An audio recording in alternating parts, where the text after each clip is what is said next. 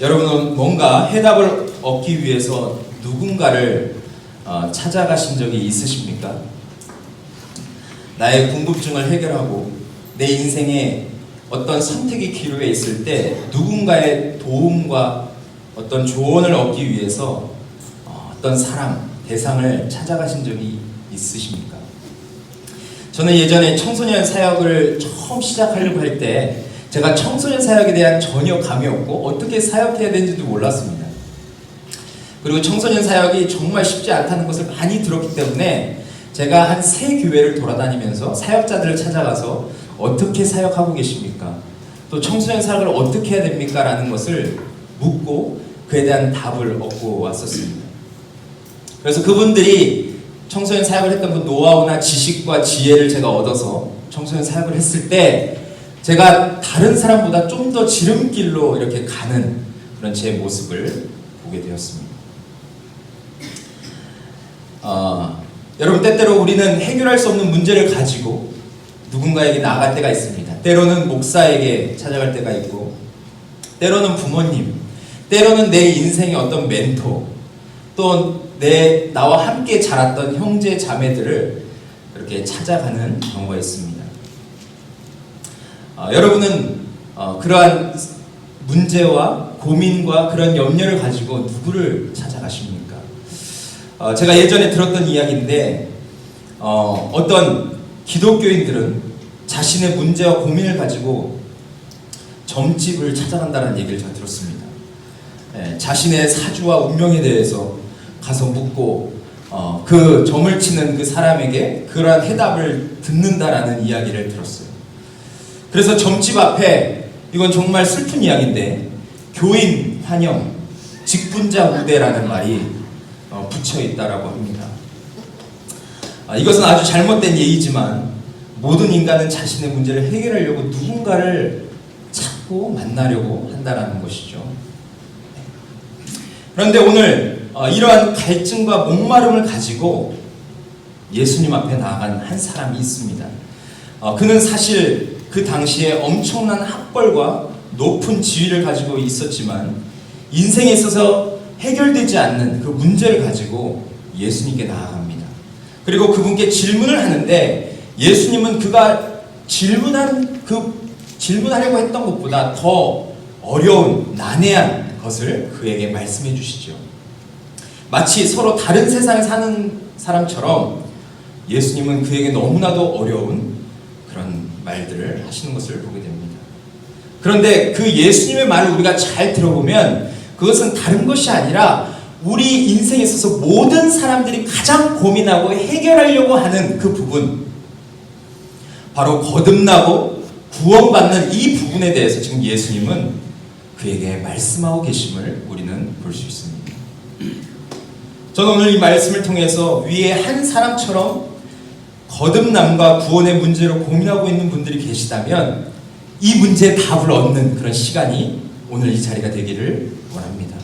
또한 이미 구원받고 신앙생활을 하고 계신 우리 성도님들이 계시다면 우리가 정말 주님을 처음 만났을 때 그때를 다시 회상하고 주님과의 첫사랑을 회복하는 그런 시간이 되기를 진정 원합니다. 여러분, 오늘 본문에 보시면 니고데모라고 하는 사람이 등장합니다. 그는 1절에 보시면 뭐라고 얘기하고 있습니까? 이 사람은 바리새인 중에 바리새인이었고 또한 유대인의 지도자였다라고 말하고 있습니다. 이 말은 아마도 그가 유대교 최고 기관인 사네드린의 회원이었음을 말하는 것이죠. 또한 유대교의 공식 대변자의 신분이었으니까 여러분, 이 사람이 얼마나 자신의 몸가짐을 바로 했겠는가 우리는 생각해 볼 수 있습니다. 그런데 이 유대인의 지도자가 지금 누구를 만나러 가고 있습니까? 예수님을 만나러 가고 있습니다. 여러분, 이 당시에 바리새인들 중에서 우리는 약간 그렇게 오해하는 경우가 있는데 바리새인들은 다 예수님을 미워했다, 죽이려 했다 그렇게 생각하지만 사실 바리새인들 중에서도 예수님에 대해서 호의적인 마음을 가졌던 사람들이 있었습니다. 그런데 그런 호의적인 마음을 가졌던 사람은 아주 적고 대부분이 예수님에 대해서 좋지 않게 생각을 했었죠.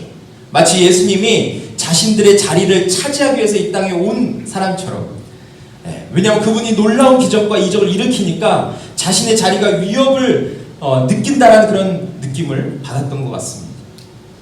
아무튼 예수님에 대해서 대부분의 바리새인들은 좋지 않게 생각을 했었는데, 이 니고데모라는 사람은 왜 예수님께 나왔을까요?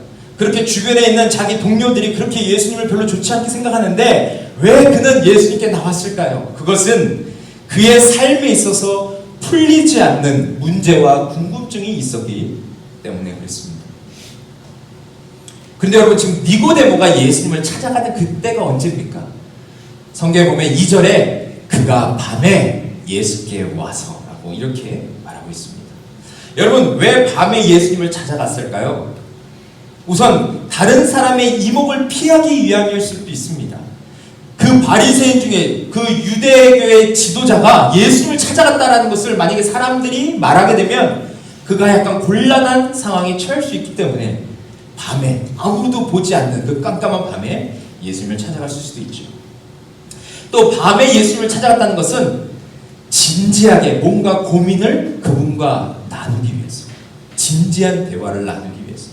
아침보다 점심보다 저녁이 이렇게 사람이 진지한 대화를 나누기 좋은 시간 아닙니까? 물론 우리 사랑하는 청년들은 그 저녁에 새벽까지 게임과 어떤 정말 교제를 통해서 잠도 안 자고 그렇게 시끌벅적하게 하지만, 보통 정상적인, 그렇죠, 정상적인 그런 사람이라면 밤에 이렇게 조용히 차를 마시면서 교제하고 그러기는 원찮아요. 그렇죠? 예, 그렇습니다.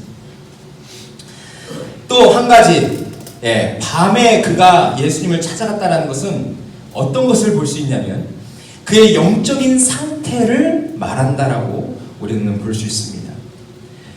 밤이라는 것은 어찌 보면 그가 지금 영적으로 어둠 가운데 여전히 머물러 있다는 것을 뜻할 수 있습니다. 그래서 그는 빛 대신, 빛이신 예수님께 그가 찾아갈 수밖에 없었음을 그렇게 이야기하는 것이죠.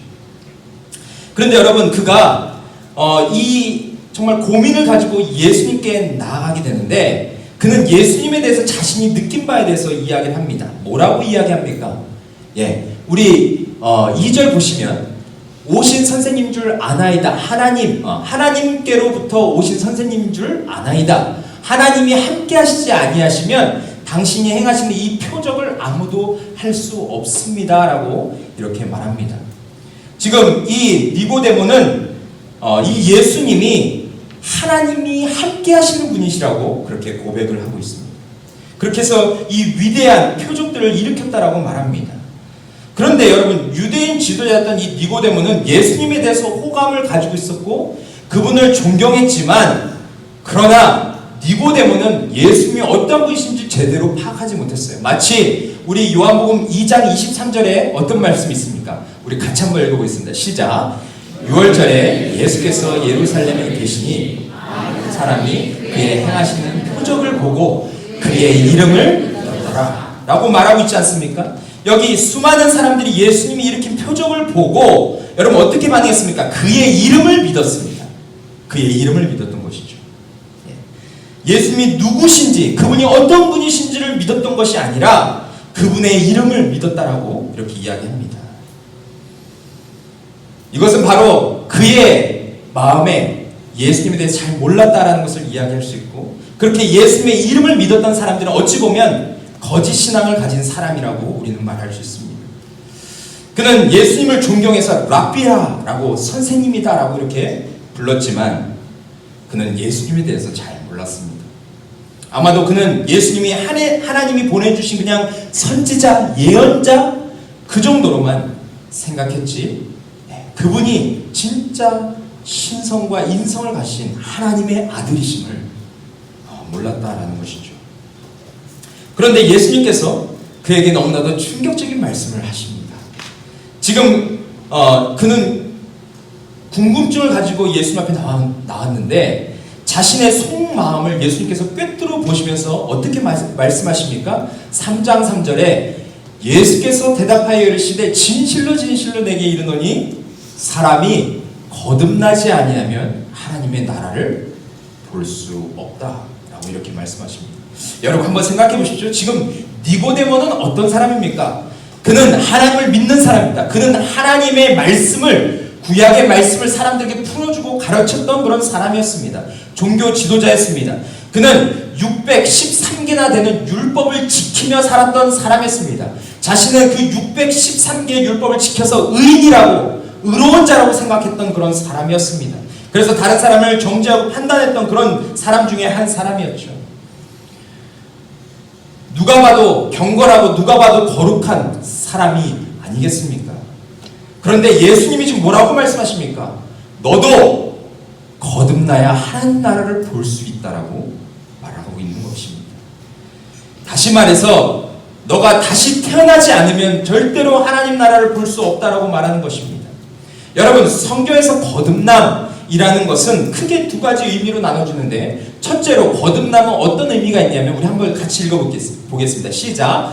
위로부터 태어남으로 새로운 존재가 됨. 이것이 첫 번째 의미입니다.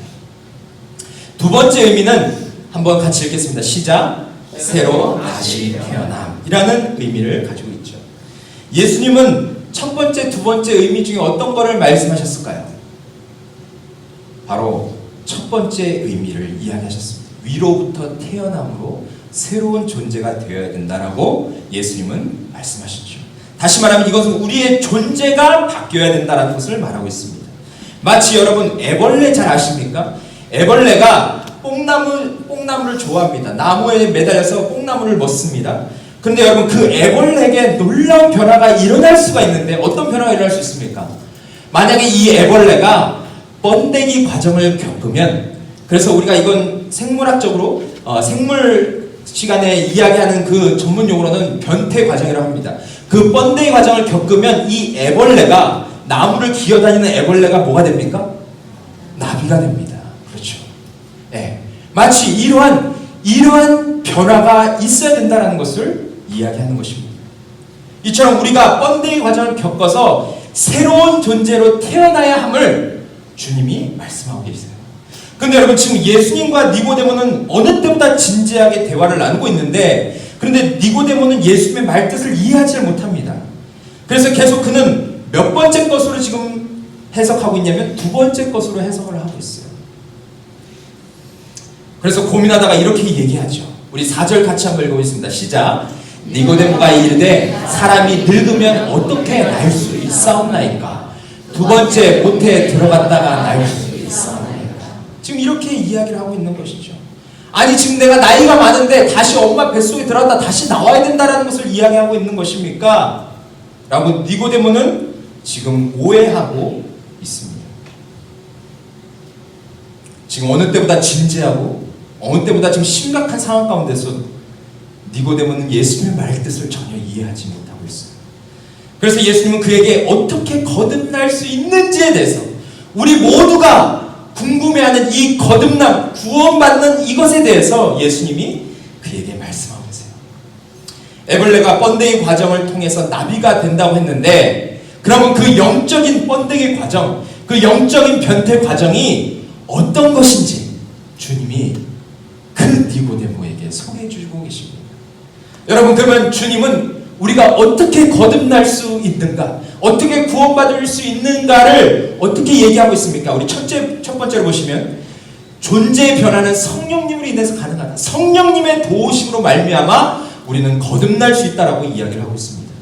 여러분, 우리 성경 오늘 5절부터 8절까지를 좀 같이 읽어보겠습니다. 시작. 예수께서 대답하되 진실로 진실로 내게 이르노니 사람이 물과 성령으로 나지 아니하면 하나님의 나라에 들어갈 수 없느니라. 육으로 난 것은 육이요 영으로 난 것은 영이니 내가 내게 거듭나야 하겠다는 말을 놀랍게 여기지 말라. 바람이 임의로 불매 내가 그 소리는 들어도 어디서 와서 어디로 가는지 알지 못하나니 성령으로 난 사람도 다 그러하니라 라고 말하고 계세요. 여러분, 여기서 지금 예수님께서 무엇을 계속 강조하고 계십니까? 제가 주황색 글씨로 표시놨는데 지금 예수님은 계속해서 영에 대해서 강조를 하고 계십니다. 왜 그러셨을까요? 여기서 중요한 의미를 담고 있습니다. 첫 번째, 여러분, 여기에서 무슨 의미를 우리가 알아야 되냐면, 첫 번째로는 죄인이 구원받기 위해서는 반드시 거듭나야 된다.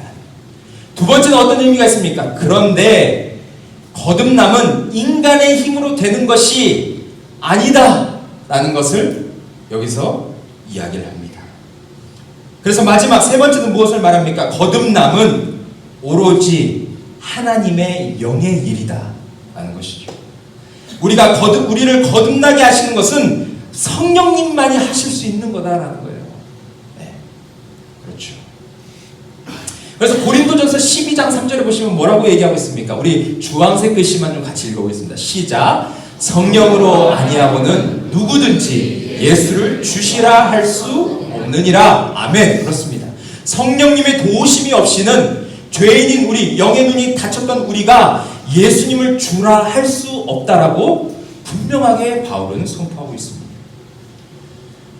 그런데 니고데모는 이 사실을 알지 못했어요. 마치 감추어진 비밀을 발견하지 못한 사람처럼 여전히 영적인 것을 볼 수 없는 눈을 가졌다라는 것을 우리는 여기서 느낄 수 있습니다.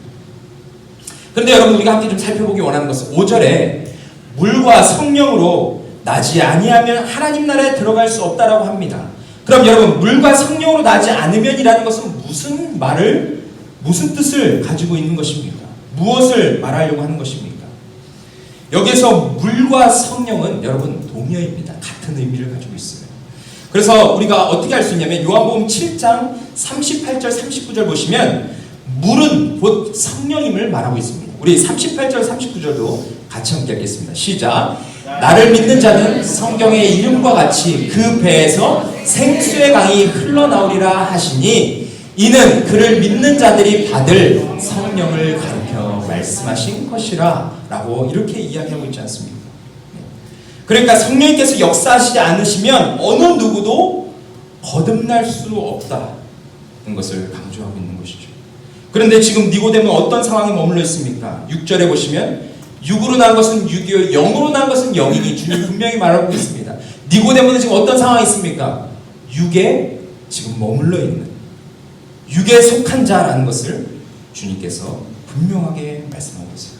그래서 네가 육에 속한 자가 아니라 성령에 속한 자가 되기를 주님이 원하시며 그에게 계속해서 말씀하고 계신 것이죠.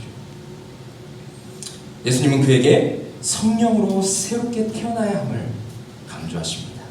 자, 그러면 여러분, 우리가 성령으로 어떻게 태어날 수 있습니까? 이 궁금증을 가지고 계신 분에게 사도행전 2장 38절은 무엇을 말하고 있습니까?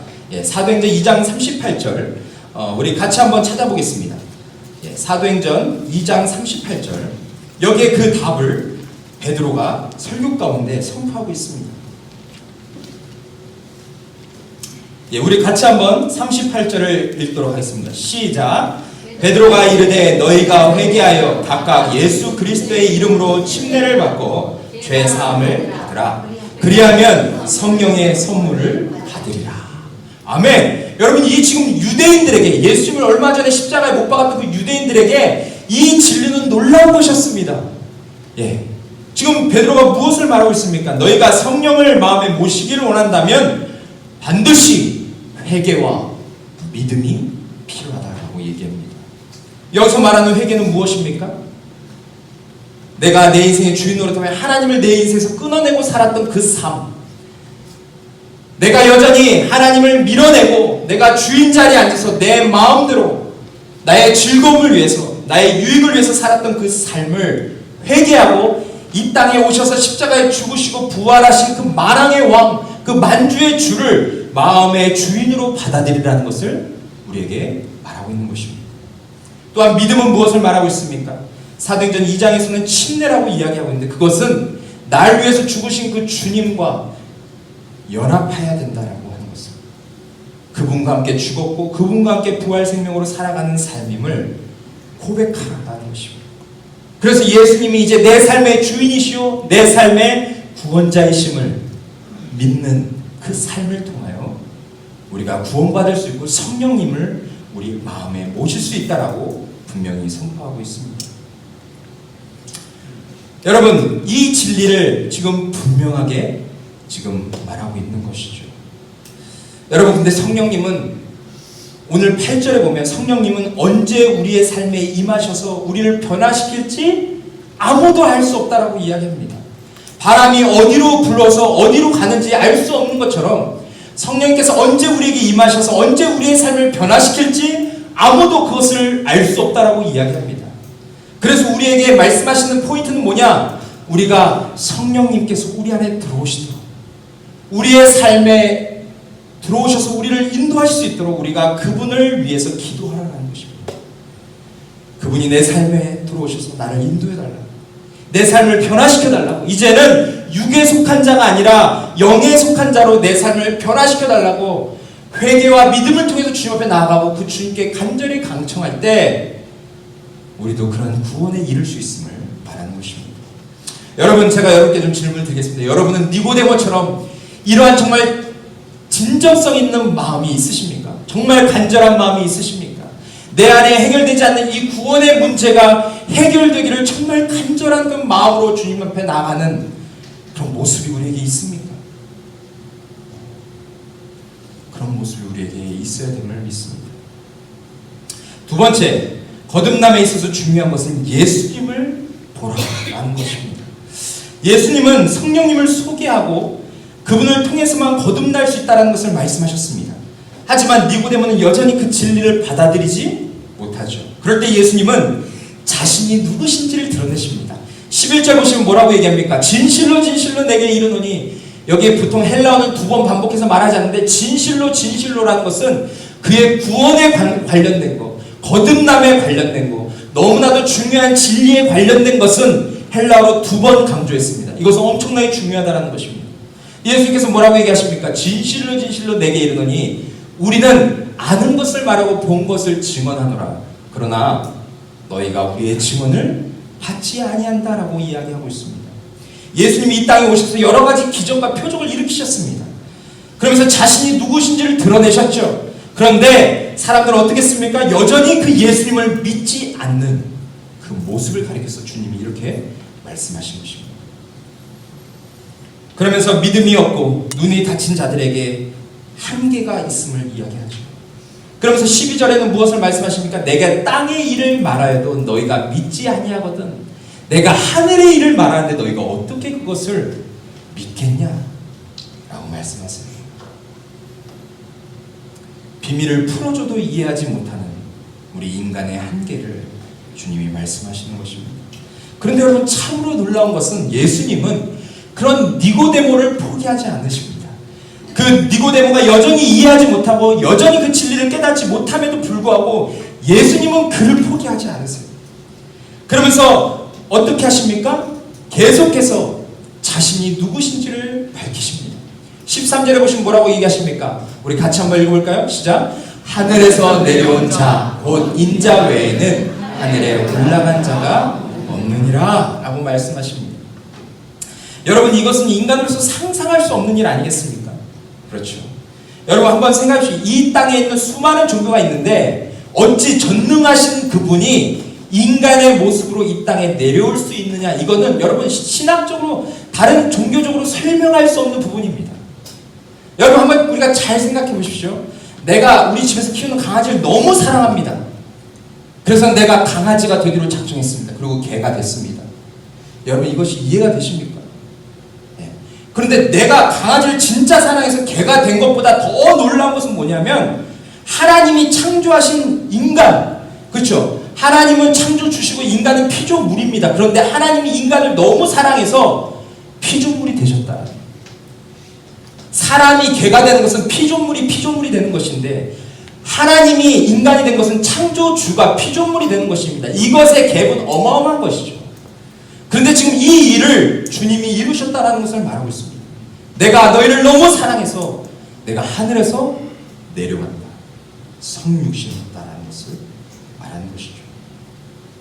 또한 이 땅에 있다가 정말 하나님이 말씀하신 그 십자가와 부활의 그 모든 사건을 이루시고 하나님이 말씀하신 대로 다시 승천하셔서 하늘로 올라가셨다라는 것을 말하고 있습니다.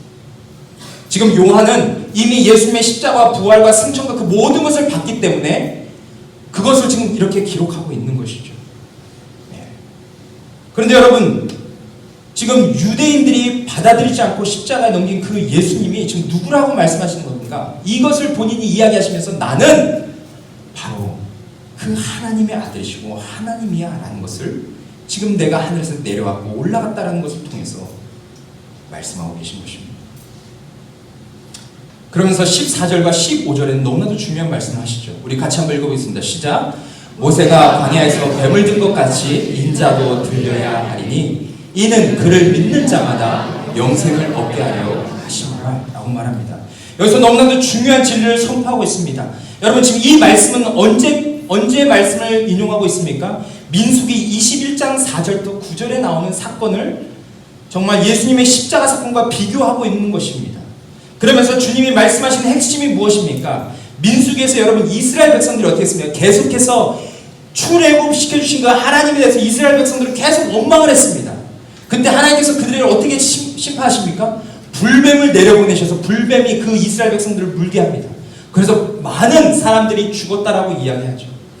그런데 이 이스라엘 백성들이 모세에게 무엇을 강청하십니까? 우리를 이대로 죽게 내버려 두겠냐? 우리를 살려달라고 했을 때 그 모세가 하나님 앞에 하나님 이 백성들 하나님이 건져주신 사람들 아닙니까?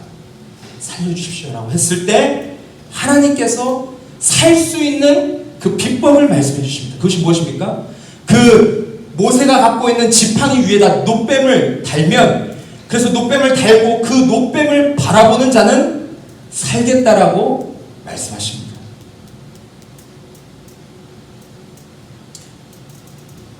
그들에게 기회를 주신 것이죠. 그래서 8절에 보시면 뭐라고 얘기하냐면 우리 같이 한번 읽어보겠습니다. 시작.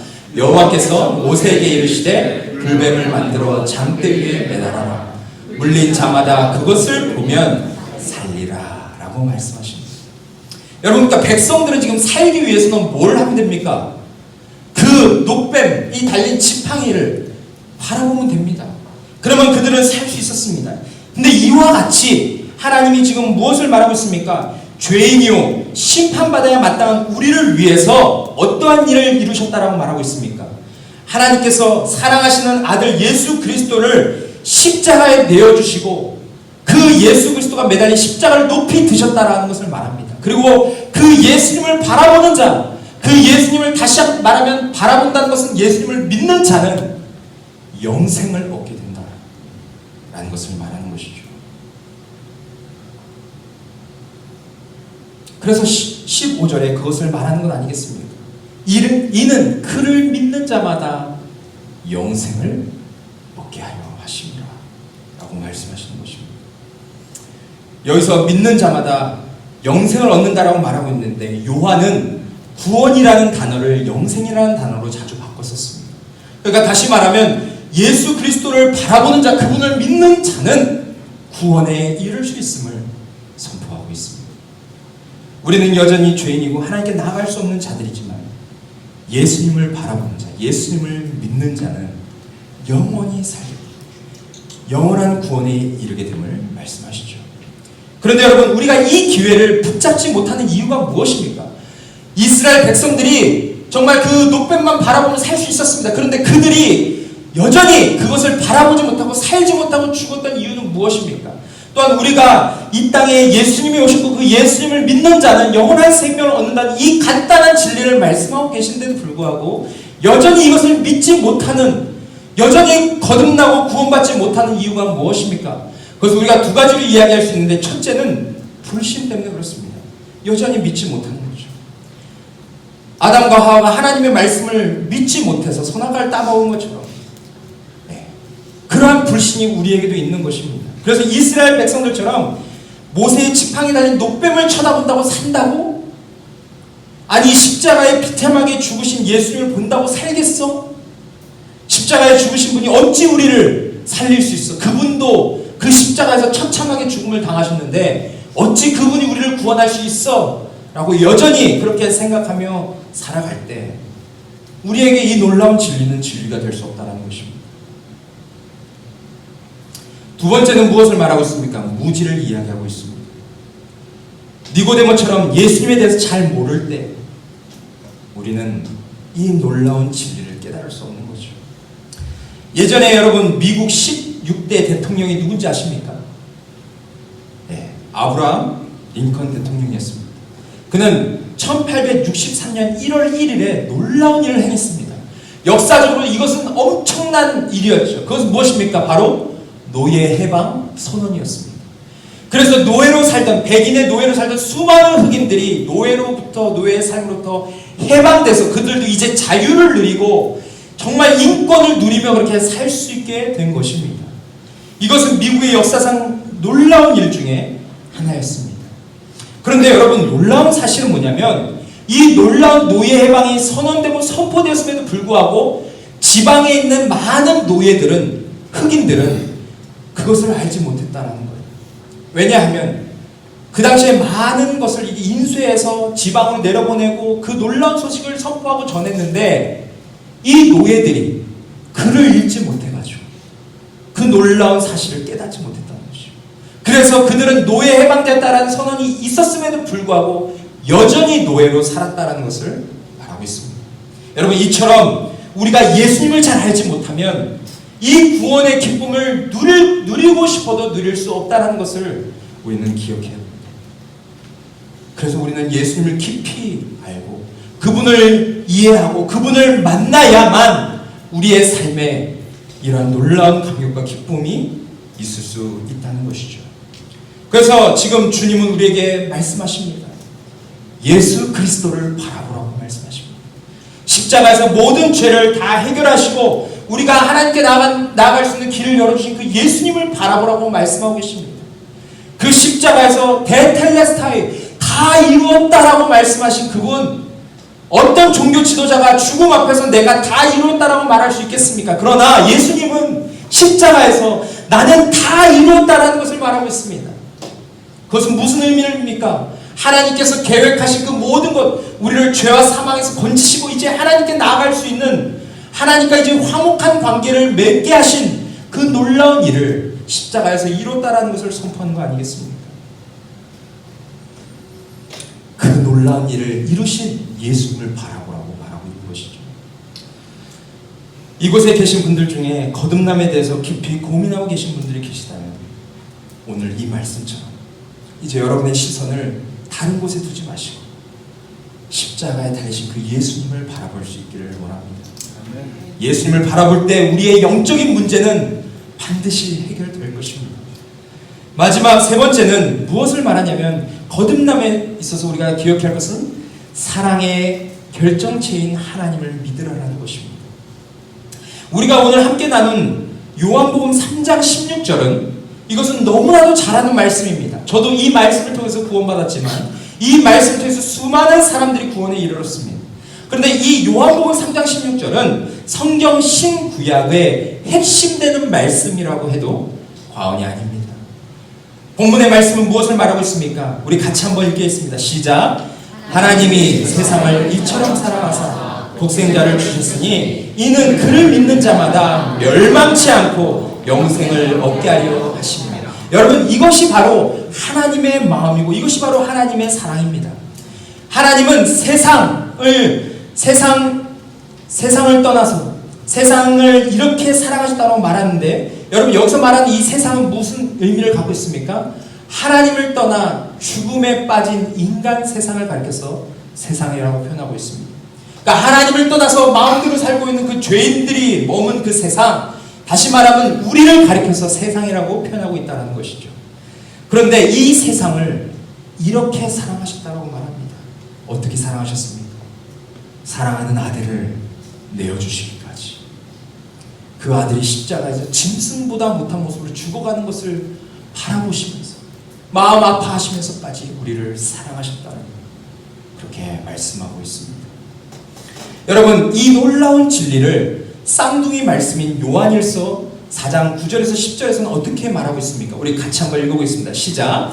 하나님의 사랑이 우리에게 이렇게 나타난 바 되었으니 하나님이 자기의 독생자를 세상에 보내심은 그로 말미암아 우리를 살리려 하심이라. 사랑은 여기 있으니 우리가 하나님을 사랑한 것이 아니요 하나님이 우리를 사랑하사 우리 죄를 속하기 위하여 화목제물로 그 아들을 내셨습니다. 아멘. 그렇습니다.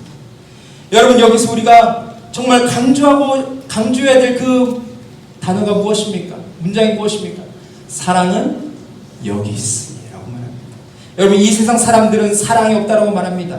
사랑이 금방 식고 사랑은 진짜가 아니라고 말합니다. 이 세상에 영원한 사랑 없다라고 말합니다.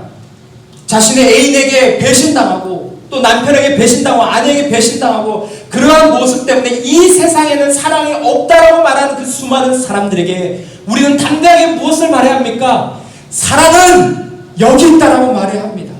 진실된 사랑, 영원한 사랑, 우리를 감동시키고 우리를 변화시키고 우리로 새로운 삶으로 이끄는 그 진짜 사랑이 여기 있다라고 우리는 말해야 될 줄 믿습니다. 그 사랑이 어디 있습니까? 여기가 어디를 지금 가리고 있는 것입니까? 바로 십자가를 말하고 있는 것입니다. 십자가에 하나님의 진짜 사랑이 있다.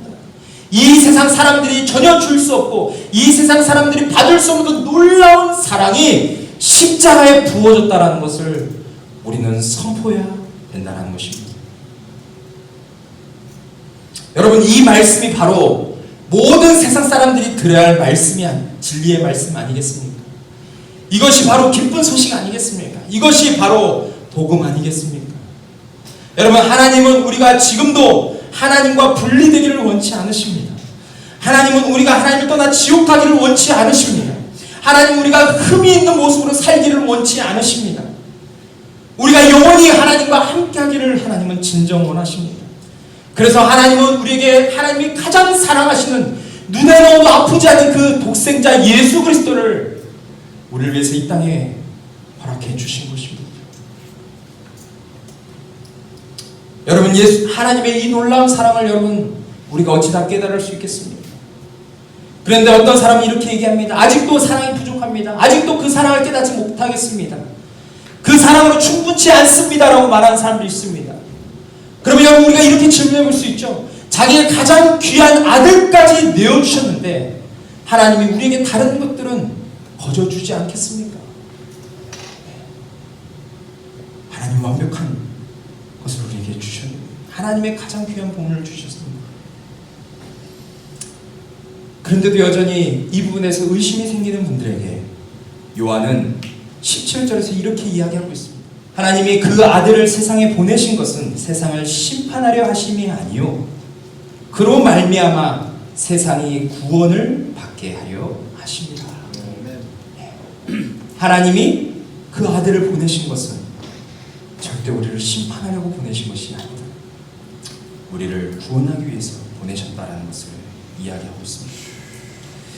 여러분, 예수님을 만났던 니고데모는 이 놀라운 진리를 들었습니다. 그런데 니고데모의 삶이 여러분 어떻게 됐겠습니까? 여러분, 이 니고데모가 변했겠습니까? 안 변했겠습니까? 네. 우리가 성경에 보면 그에게 놀라운 일이 일어났습니다.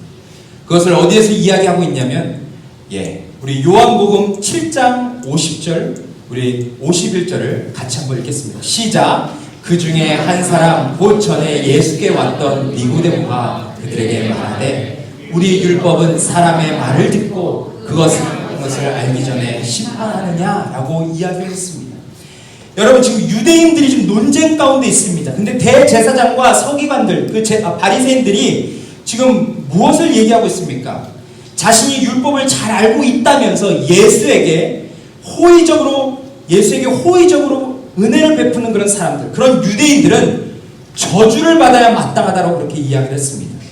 그때 니고데모가 어떻게 얘기합니까? 당국의 처사가 율법에 어긋난다라는 그런 사실을 지적합니다.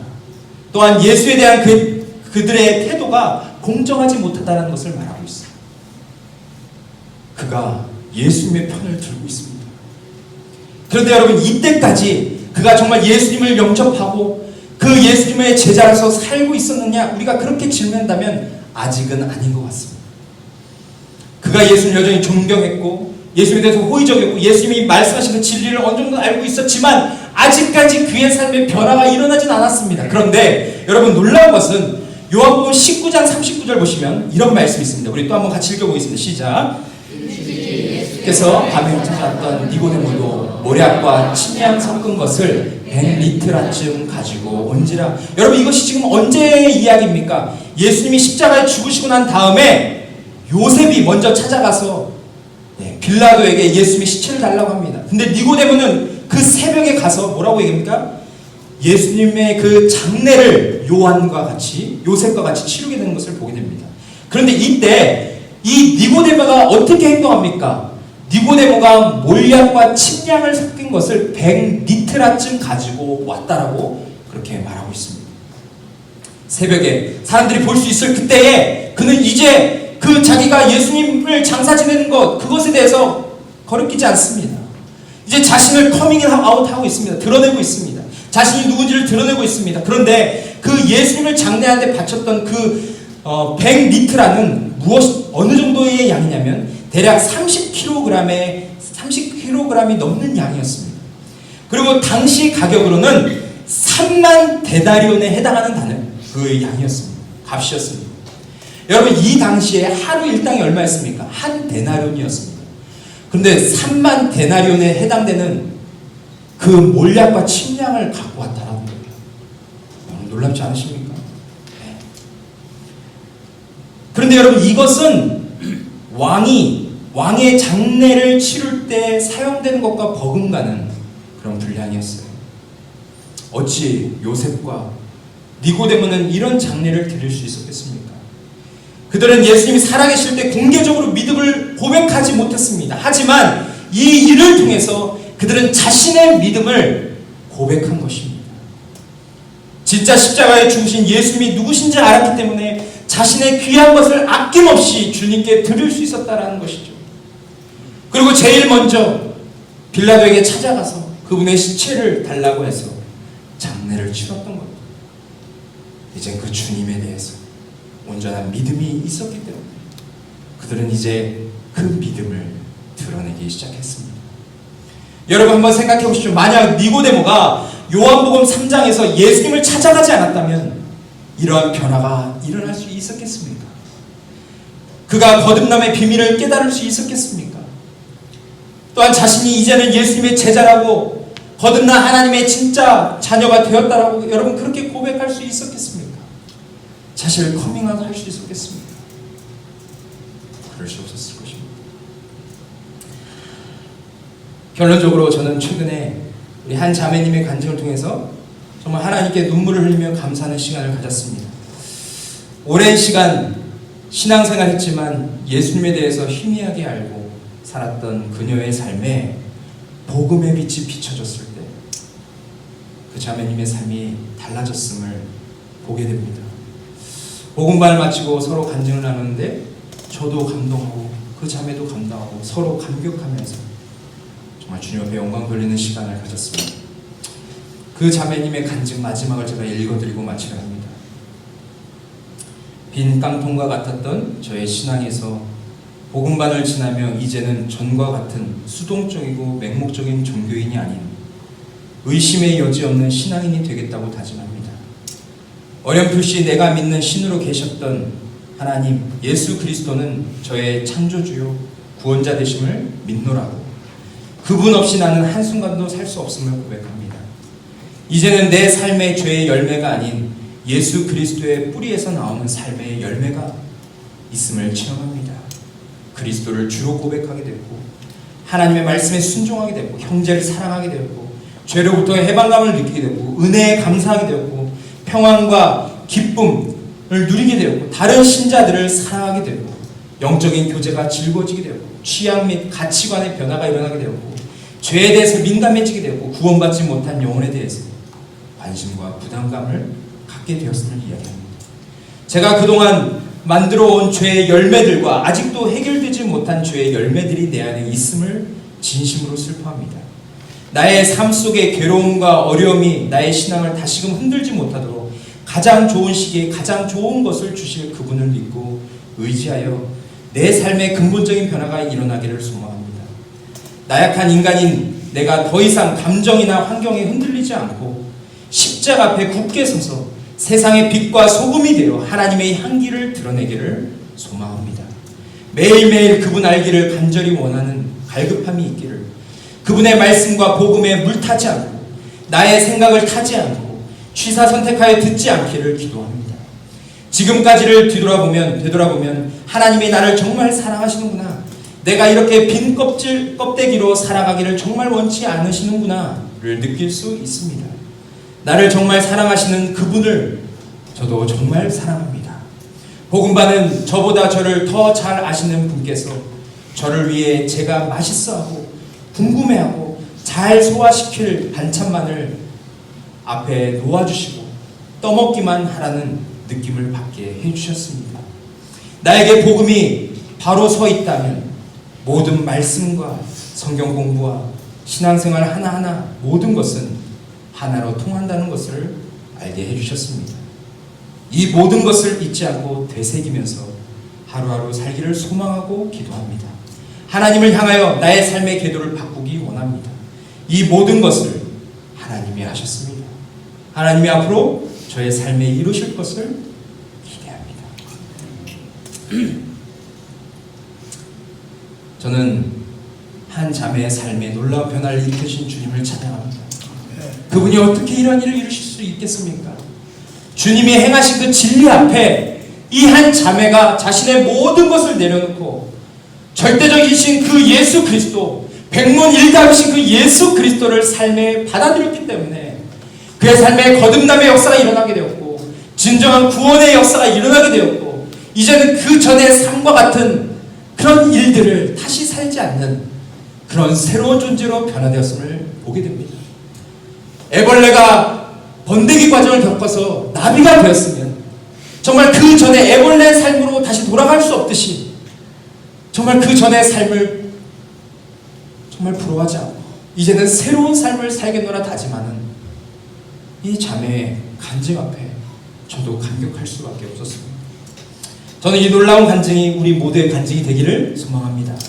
여기 계신 모든 성도님들의 간증이 되기를 원합니다. 또한 정말 주님은 지금도 우리에게 원하시는 것이 무엇입니까? 우리가 정말 이렇게 거듭난 자로 주님 앞에 서기를 원하신다는 것을 우리 모두 기억할 수 있기를 바랍니다. 오늘 이 시간에 성령께서 우리 안에 빛 비춰 주실 때 정말 성령님께 우리의 마음을 활짝 열고 주님이 오늘 니고데모에게 말씀하신 이 말씀들을 하나하나 기억하면서 우리도 주님 앞에 나아갈 수 있기를 원합니다. 그래서 주님이 기뻐하시는 거듭난 자로 구원받은 자로 하나님의 백성으로 정말 새로운 삶을 그렇게 살아가는 여러분과 제가 되기를 간절히 소망합니다.